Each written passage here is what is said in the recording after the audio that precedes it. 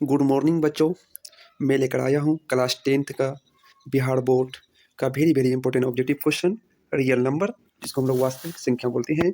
पहला क्वेश्चन कहता है कि दो धनात्मक पूर्णांकों में ए तथा बी के लिए यदि ए बराबर बी क्यू प्लस आर है तब क्या होगा। मतलब अगर इसके लिए बोल रहा है कि जो भाज्य बराबर भाजक इंटू भागफल प्लस शेषफल, तो शेष रिमाइंडर जो ये इसका मान हमेशा दिखेगा आर बराबर 0 होगा या तो 0 से बड़ा होगा, लेकिन हमेशा बी से क्या होगा, छोटा होगा। भाजक से हमेशा क्या होगा, छोटा होगा, तो डी नंबर आंसर होगा। कितना number answer, D number answer होगा। अगला चलते हैं। दो परिमेय संख्या और अपरिमेय संख्या के समूह को कहते हैं। देखिए, परिमेय भी हो और अपरिमेय भी हो, दोनों के मिक्सर को वास्तविक बोलते हैं। क्या बोलते हैं, वास्तविक बोलते हैं। नंबर 3 क्वेश्चन चलते हैं हम लोग। नंबर 3 कहता है, नंबर 3, क्या पूर्णांक संख्या को संख्या रेखा पर व्यक्त किया जाना संभव है। पूर्णांक का मतलब धनात्मक और ऋणात्मक, प्लस और माइनस वाला संख्या को संख्या रेखा पर हम लोग कर सकते हैं। नंबर 4, प्राकृतिक संख्या के संग्रह में शून्य समेत ऋण संख्या को शामिल किया जाए तो यह कैसी संख्या होगी। देखिए, अगर प्राकृतिक संख्या जिसको गिनती बोलते हैं 1 2 3 4, ये प्राकृतिक, अगर इसमें माइनस में शामिल कर दें और 0 शामिल कर दें तो ये हमारा पूर्णांक होगा। क्या होगा, पूर्णांक होगा। 5वां नंबर, संख्या रेखा पर पूर्ण संख्या का निरूपण होगा अथवा नहीं। संख्या रेखा पर पूर्ण संख्या का निरूपण होगा, प्लस माइनस। नंबर 6, सभी प्राकृतिक संख्याओं के संग्रह शून्य समेत संख्या को देखें। अगर प्राकृतिक संख्या 1 2 3 4 5 6 7 में अगर हम 0 मिलाते हैं तो वो हमारा पूर्ण संख्या होगा। क्या होगा, पूर्ण संख्या होगा। नंबर 7, अगर पूर्णांक b बराबर a पूर्णतः विभाजित, b को a क्या करेगा, भाज्य करेगा। ये हम लोग किस में पढ़ते थे, जब हम लोग अपरिमेय संख्या को सिद्ध करते थे, उसी में इस टॉपिक को हम लोग चढ़ते थे। अगला चलते हैं 8 नंबर का सवाल। क्या 0 किसी पूर्णांक को विभाजित करता है। क्या 0 किसी पूर्णांक को विभाजित करता है। देखो 0 मतलब 2 है, इसको विभाजित करेंगे या अपरिभाषित होगा तो बोलेंगे नोट। क्या करेंगे, नहीं होगा। यूक्लिड विभाजन एल्गोरिथ्म का प्रयोग यूक्लिड विभाजन एल्गोरिथ्म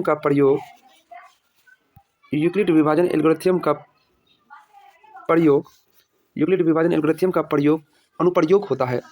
देखो, ये बराबर बी क्यू प्लस आर, इसका प्रयोग हम लोग सिर्फ मौसो निकालने के लिए करते हैं। किसका निकालने के लिए, मौसो। इसका मतलब बी नंबर आंसर होगा। कितना नंबर, बी। दो धनात्मक विषम पूर्णांक किस रूप में होता है। देखिए, सम जो होगा उसके आगे 0 2 4 6 8 10 मतलब सम संख्या जुड़ा पड़ेगा, लेकिन विषम होगा तो उसके आगे 1 2 1 3 5 7 इसे जुड़ा पड़ेगा। तो यहाँ पर देखा जाए तो 2q का मान कुछ भी देंगे लेकिन हमेशा वो क्या होगा, सम होगा। 3q के जगह अगर 3 गुना 1 देते हैं तो 3 होगा, 3 दूनी 6। यहाँ सम और विषम दोनों होता है।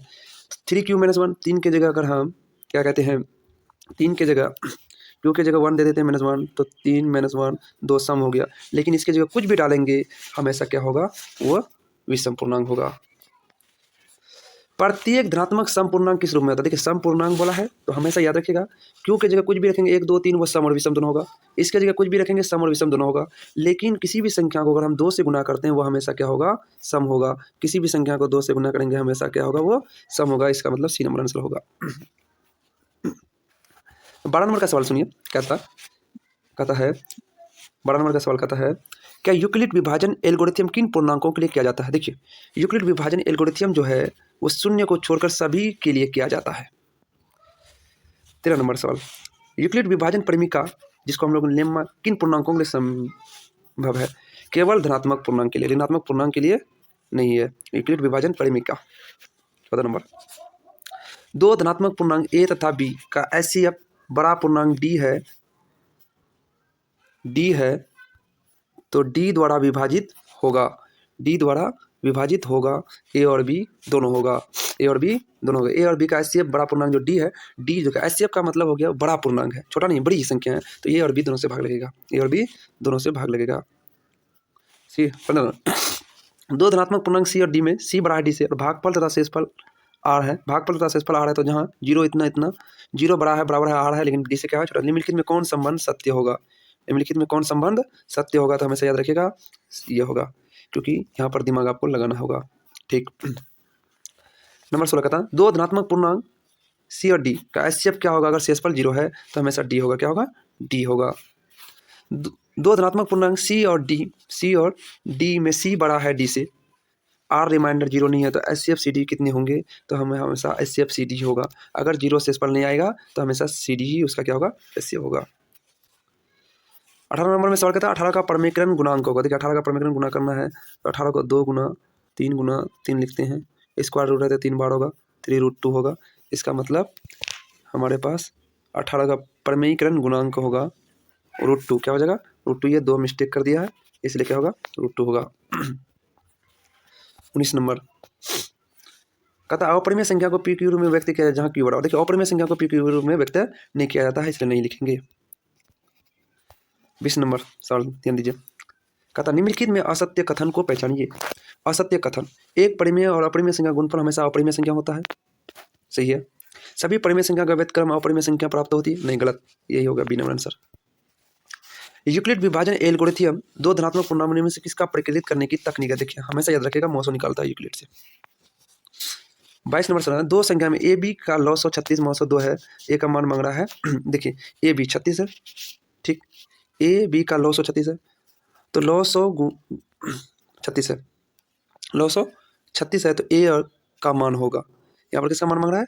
ए का मान मांग रहा है। अगर हम ए बी संख्या बोलते हैं ए गुना बी, ठीक, उसके बाद 900 गुना लॉ 100 होगा, 36 गुना 2, 36 गुना कितना हो जाता है? 72, ठीक, 36 गुना कितना हो जाता है? 72 हो जाता है। तो यहाँ पर अगर दिमाग लगाते हैं कि हमें 4 ही एक ऐसा संख्या जो देगा, क्योंकि 4 से ये दोनों करता है, 3 से नहीं करता है। 5, 15 और 20 के लॉ 100 और 900 का अनुपात होगा। देखिए सबसे पहले 5 का हम बात करेंगे, 5 एकन 5, 15 का होगा 5 गुना 3 और 20 का होगा 5 गुना 4, तो 900 हमारा हो गया। सेम क्या है? 5 और लॉ 100 हो गया मेरे पास कितना, क्या कहते हैं, 4 12 12 5 60, तो लॉ 100 और 900 का अनुपात मांगा तो लॉ 100 पहले 60 तो 12, डी नंबर आंसर। अगर x एक भाज्य संख्या इतना इतना के रूप में गुणनखित किया जाए तो वो संख्या होगी अभाज्य संख्या। संख्या समाप्त होने 2 के अलावा कोई अभाज्य संख्या गुणनफल के रूप में होना चाहिए हमेशा 4। कहता 4 पर पौराणिक शून्य समाप्त होने के लिए अभाज्य संख्या गुणनखंड में 2 के अलावा होनी चाहिए। सॉरी 5 होगा। क्या होगा? 5 होगा, मिस हो गया था, 5 होगा। यदि इतना संख्या भाज्य संख्या n है तो n हमेशा भाज्य होगा, याद रखिएगा 6 से होगा। ये सब्जेक्टिव क्वेश्चन है, 2018 में पूछा गया क्वेश्चन है। 27 नंबर सवाल देखिएगा। कहता p दो अभाज्य संख्या इतना इतना है तो p क्यों होगा? हमेशा एक अपरिमेय संख्या होगा। सबसे छोटी अभाज्य संख्या सबसे छोटी भाज्य संख्या का गुणनफल होगा, हमेशा याद रखिएगा सबसे छोटी संख्या भाज्य संख्या का गुणनफल हमेशा क्या होगा? 8 होगा। दो क्रमिक सम संख्या का एचसीएफ होगा। लगातार सम संख्या का एचसीएफ कितना होगा? जैसे 2 और 4 का एचसीएफ हमेशा दोनों 2 से करता है, जैसे 4 और 6 ये हमेशा क्या होगा? 2 और 6 करता है। अभाज्य संख्या की अपरिमित रूप से है अनेक।